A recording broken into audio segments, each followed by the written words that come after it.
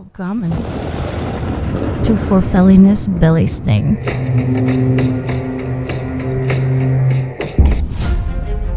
A show dedicated to aligning a journey to a better mental health using the understandings of the ancient Norse.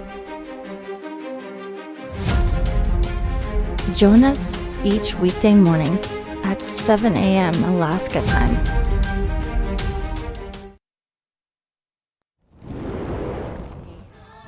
Someone's little girl, daughter, sister, girlfriend, fiance, wife, cousin, mother,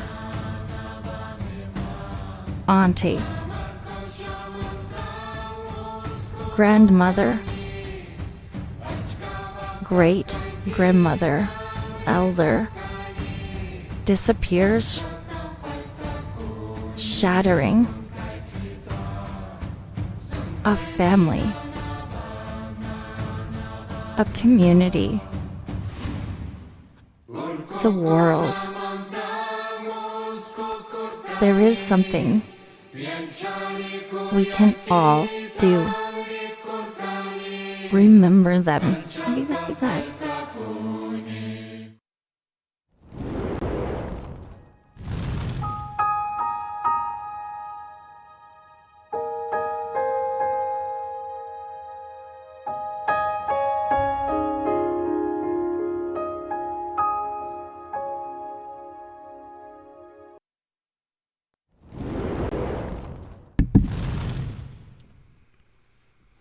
God morgen, and happy Tears Day to you. Today we celebrate by embracing the Norse god Tyr.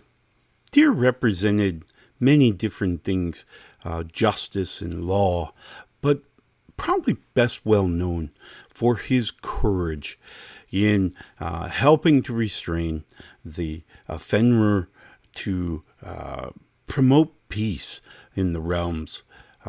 Knew what he had to do, knew that it would result in the outcome, yet did it anyway.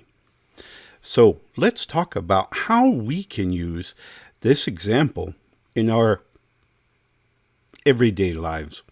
Before we get started today, I want to say thank you to all of you who have liked, followed, and subscribed. If you haven't had the opportunity, haven't had the chance yet, please like, follow, subscribe. Hit all the magic buttons. Help us to get this message out even further to those who may need it.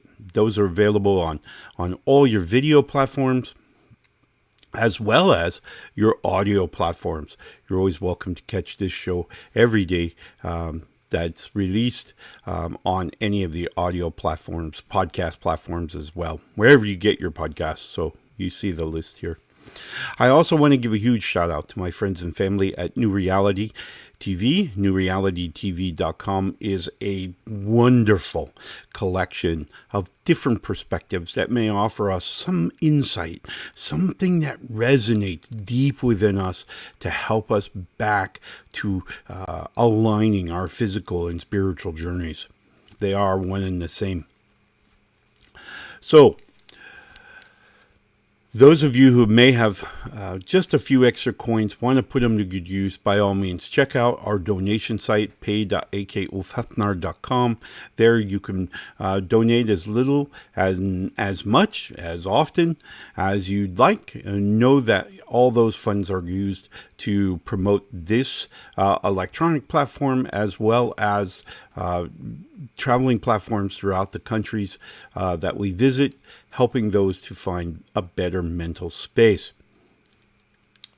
Today we're talking about courage, and the question I always have to ask is, what would it take? What knowledge, what intellect would it take for you to have to give you the confidence that you needed to live your life your way? Now, oftentimes we hear about this, moving out to the country and doing this, or moving into here and doing that and doing this and the other thing. But what if I said that you are enough, you've met the bar for being you where you are today. You don't need anything extra. You don't need additional monies or additional material things or even additional spiritual things. You are perfect just the way you are. Think about it for a minute. Think about your days when you were a child and you were doing child things. And your body continued to grow. The physical realms, passage of time, and your body got bigger. You did different things. You changed some of your, you may maybe as a little girl you played, or young man, no, you played with action figures or dolls or whatever. And then as you got a little older, all of a sudden those things weren't so cool anymore, and then you got into other activities, and then ultimately you get to your teens and early 20s, and it's about cars or video games or whatever it is. And you continue to evolve into things that you enjoy doing. Maybe it's a sport, maybe it's an activity, maybe it's, who knows, right? But you've changed from the time you were a child. Well, nonetheless, as we plot our trajectory through life, it's going to change as we go. And your mind is going to change as we move along this trajectory. It's going to adjust, it's going to adapt, it's going to accept, in some cases may accept new responsibilities. It may explore new opportunities. Many things are going to happen as we go through this terrain called a physical lifetime. And you're going to adjust and you're going to adapt, and you're going to do what suits you the best, right? You're going to find activities that bring you joy, that bring you, peace, harmony, just having fun, right? Well, those steps along the way, when we talk about individual fun, when we talk about those things that bring us pleasure, those are not completed. Those are not done to meet a social criteria. They're not, we may, many people may think of us as serious, yet when we're at home, we play with Legos. We play with, different toys. We have fun. We enjoy life. But we're doing it behind closed doors, right? We're doing it in the privacy of our home. We're doing it away from the view. It is that hidden pleasure, if you will, that can cause a level of stress to exist, right? So, as an example, if we happen to be into a particular magazine, back in my day, we called it, there was a magazine, Mad Magazine was the name of it. And Mad Magazine was this kind of crackpot, funny, well-drawn, almost comic book-like magazine, several adventures and several different, roles that were played in the magazine. And it was a little, may have been a little crass. It may have been a little, goofy, for lack of a better word. It was fun. And it was almost like sometimes you had to hide this magazine particularly from parents, or I remember very specifically having them hidden under the bed or under the mattress. so that my parents wouldn't discover that I was reading this magazine. And looking back on that now, I should have been forthright and said, I enjoy it. It's funny humor. It makes me laugh. It brings me joy.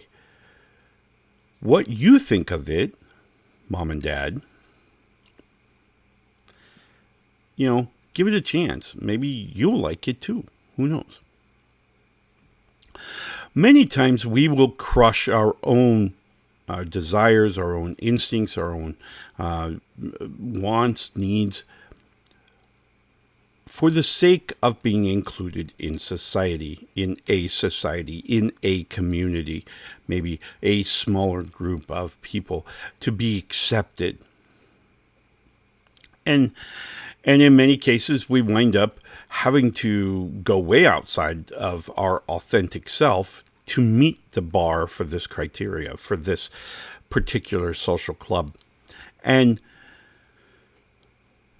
what we wind up doing is unfortunately sabotaging ourselves in our mental health. Why? Because we've talked about in the past, when we've talked about processing thought, processing those experiences that we have on this reality, and we're processing it, we're adding emotional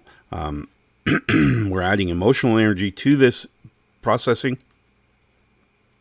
That process is then going to come back up. It's going to expand or be converted back from biochemistry into energy. And when it's back and it's being converted back into this energy, we find that there may be a little bit more energy than we originally assumed, because we accepted this physical reality, this experience. And then as that experience transmitted through our well of the self, there was additional emotional energies from our beliefs, our values, our virtues, those types of things, added energy to the stream, which then, when it's reconverted back into energy from biochemistry, it's a lot different than maybe what we saw. Why? Because there's something within that image, something within that experience that touched on an emotional value of ours that kind of created this energy. Whoa, where did that come from? Well, I obviously had some value or some virtue that I stumbled upon as this energy stream went down. And now I'm trying to convert not only the original experience, but this additional energy that was added to it within the well of the self. Excuse me. But as dangerous as that may sound, those hidden emotional energies that we didn't expect, that now are being, again, converted back to energy, bioelectricity, we also have this thing that I refer to as silt. And it's a different biochemistry that comes from the well of the self. And this silt kind of limits the amount of expansion that we can have when we're reconverting biochemistry back to bioelectricity. So we're making that conversion process, but instead of having a great big space, now we have only this amount of space. And we have that amount of space because we have made decisions, we've performed actions, we've done things that are outside our authentic space. And when we are outside our authentic space, we're adding this guilt. And that's what I'm going to call it. But ultimately, guilt and silt pretty much rhyme. But the silt goes into what my ancestors referred to as the horn of feeling. And it limits the amount of biochemistry that can be converted at the same, at one go. Therefore, as the expanding energy is happening from the biochemistry, we find it overrunning this thing called this horn of feeling, which was a drinking vessel, drinking horn. And as it overflows the horn, the surrounding brain, the surrounding physical brain, really doesn't know how to deal with this energy. It's not been taught what to do with it. So it translates that energy that it's received now into whatever it controls. Now this, you will see quite often when we're living inauthentically, we have this level of guilt, shame, whatever. And that is simply energy coming out of the horn to the surrounding brain, okay? And our brain accepts that energy and goes, well, I have no idea what to really do with this constructively, so I'm just going to fire off the processes I know to do, which would be rapid breathing, rapid heart rate, anxiety attacks, panic attacks, sweaty, all of these things, in a very much a stress mode. Now, the one of the things that I have a friend who works for a government agency, and his job, if you will, is to recognize and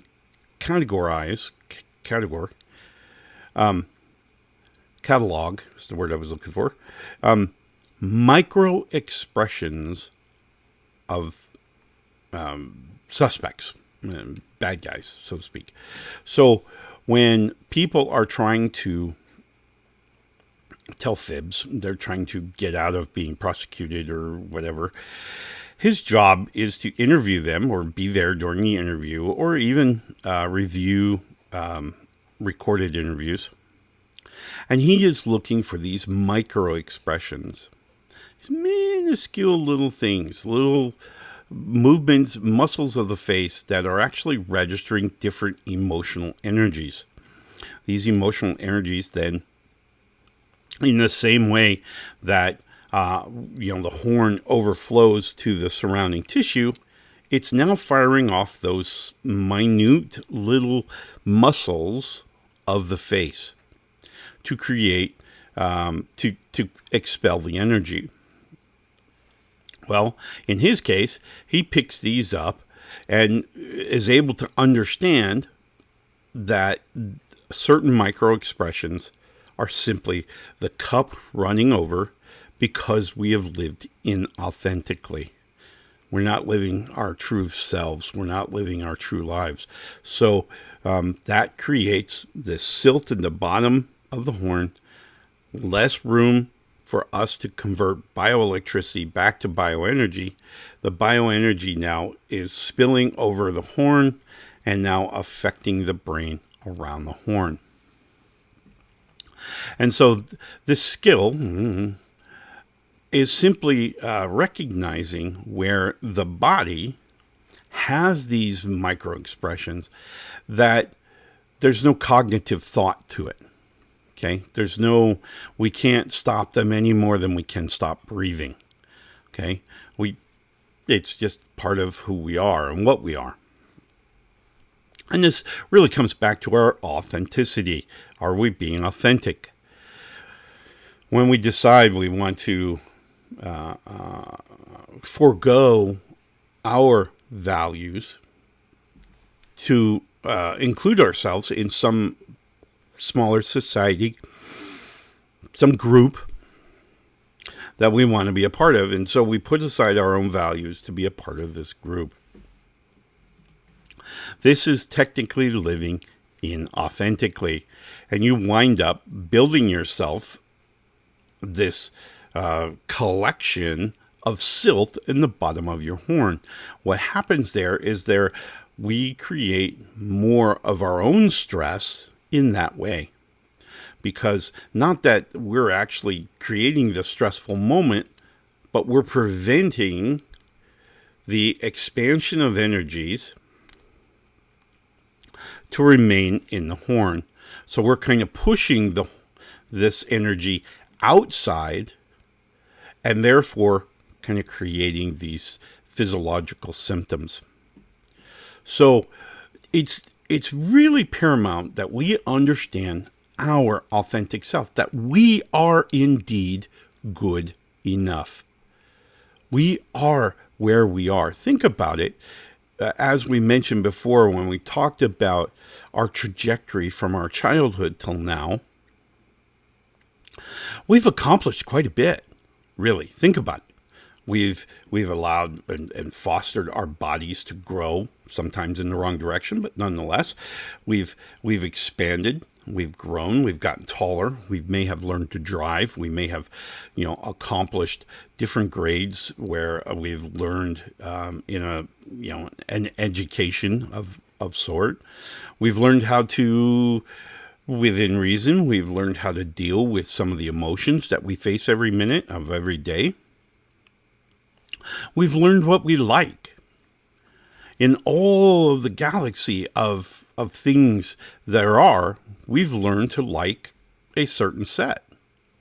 So there's a lot that we've accomplished, and you've done a really great job at the evolution of your physical mind. All right? So you've done a great job. Give yourself credit. You've done wonderful things. So when we think about giving away our authentic self, I want us to reconsider. Think about that for a minute. Why would we pretend to be something that we're not?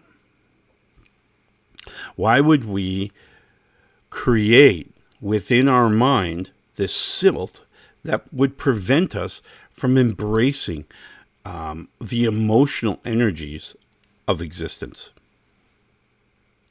It's not a lot of sense. Right? All right, we're going to take a real quick break. When we come back, I want to talk about how you can help yourself minimize this silt, minimize the potential of of preventing ourselves from experiencing the true meaning of life, of this physical existence that we have. So we'll be right back, and we'll talk about steps that we could do every day. The air. The time is now. We're all waking up. We're waking up. We're all waking up. It's all shifting. New vibrations. It's you. It's you. It's me. It's all of us. Together. A new time. A new day. A new energy. A new energy. New reality. Awaken with us. Awaken with us. Awaken with us. newrealitytv.com.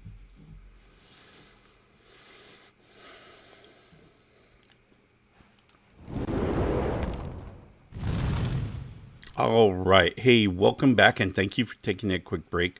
Love my family at New Reality TV. So let's talk about lessons in being us. Do you know who you are? Really? Many times we spend our whole life trying to meet some criteria within society. Many times. Sometimes we even do it so inadvertently that we may not even be paying attention. But one of the tricks that I've used for my own use, and certainly helped other people in their journeys, is helping them to take an inventory of what you value, of what you actually have that's you.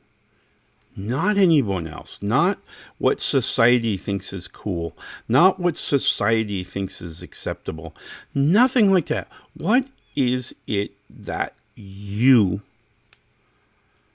value in life? We can talk about lofty things like, well, I appreciate other people being honest. I appreciate other people doing what they say they're going to do, being straight up, being who they are. I appreciate that. I appreciate being loved. I adore the fact that my shield maiden loves me. Just the way I am, as flawed as I may be, she loves me. My kids adore me. My grandkids love me. Those are things I value. Even my familiar, when she's awake, there she is. When she's awake, she loves me. Right? Right? All right. So, what are the values that you have? What do you hold that may not fit with what your society, your groups, your inclusion searches deal with or want to deal with?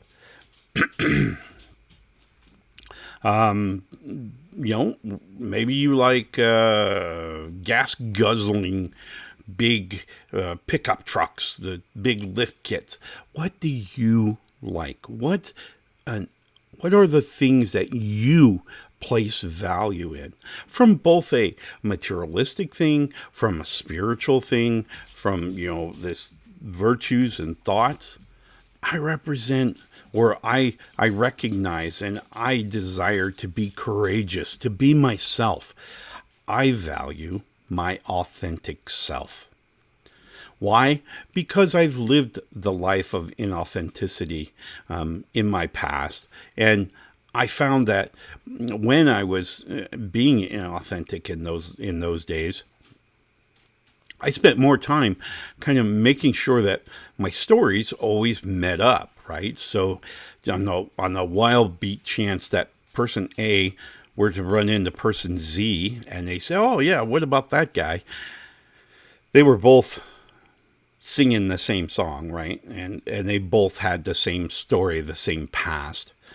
And so I was always I spent my whole life making sure that everyone had the same story, just in case they were to ever meet. There wasn't this conflict, right? Because the conflict would have created kind of uncertainty and my inclusion would have been questioned. And so I focused a lot on making sure. In addition, a lot of times you wind up escalating the stories when you're inauthentic. You wind up telling a story and then all of a sudden now you've got to keep growing on that, right? Why? Because now you've for whatever reason you've caused uncertainty at this level, so now we need to up it a level. And so life living inauthentically creates not only this added burden of mental processing that we have to do to just keep our story straight, it's also creating this silt within the horn that's going to limit our true experience of the emotional part of our journey. Now, one of the critical needs, desires, fulfillment here on the physical plane is this emotional energy, is recognizing that the way we see things, the way we experience the life around us, is based on how we feel. And we've talked about this, where our emotional filters, or as I like to call it, the mood ring, interprets every experience we have and can physically Photoshop things out of that image based on what we're feeling. So if we're grumpy and not liking anything this morning, woke up on the wrong side of the bed, and we're looking at a particular experience, that particular experience is edited. We don't really see the real experience. Why? Because whatever emotion we have, whatever our mood is going to remove certain pieces or highlight other pieces of that image. And it happens naturally. We do it without fail. Why? Because this is kind of the evolution, if you will, of the fight or flight. We're picking out those things that could cause us damage, right? So we're fight or flight. We're deciding what's a threat, what's not. And so when our mood is good, relaxed, comfortable, content, harmonious, those are the experiences that we're going to recognize coming into our sensory input. And that's what's going to be then processed through our system and on into our, ultimately, memories. And if that mood is set incorrectly, then we're going to see with the potentiality of the opposite objects being removed. being absolutely deleted from that image. So it's super critical that we recognize two things as we celebrate Tears Day today. I want you to have courage, and I want you to recognize firstly your accomplishments. You've accomplished quite a bit, regardless what anyone else may say. You've accomplished quite a bit. But the first thing I want you to recognize is your authentic self. And what does that mean? That means that we do an inventory of what our values are. What do we want? What do we like? What brings us joy? Okay? I want you to do that inventory. And as always, I would like you to spend, a couple minutes every morning when we wake up, eyes are open, and we're going to I want you to think about what mood you're in and try to say, okay, I woke up, I'm kind of grumpy and I don't feel very good, but I want to find 25 things that are good, that bring me joy, that match that inventory list that we just made. 25 things. I want you to do that. And continue to do that each and every morning. Set your goals. Put in that affirmation that I'm going to find good things today. There's great things that are happening in this life, and I want to experience them. Do so. All right? Be your authentic self. Have the courage to push away the desire for inclusion for sake of finding our authentic self. Many people do this in private as they're searching through their authentic self because they don't want to be, they don't want these things exposed, and that's perfectly fine. But we have to remember, and you can make a little affirmation that says, hey, authenticity over inclusion. And so if it is in true inclusion in some kind of society, some type of group, they will accept you, your authentic self. Okay. Granted, yes, I realize there are some societies and some communities that are fake, and they know you to be fake. They expect everyone to be fake, and whatever. Those are not true groups to be a part of, right? We want to be our authentic self, living authentic.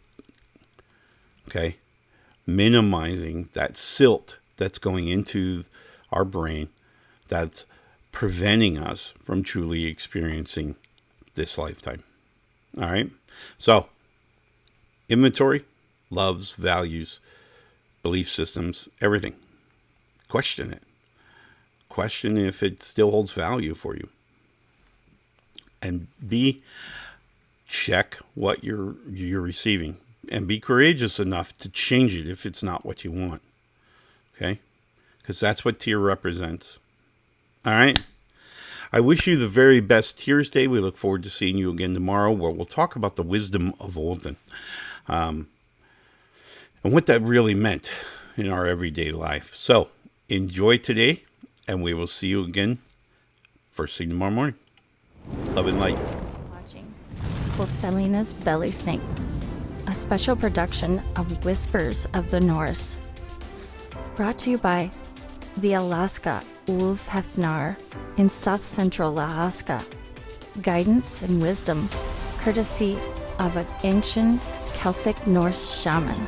Thank you so much for joining us today.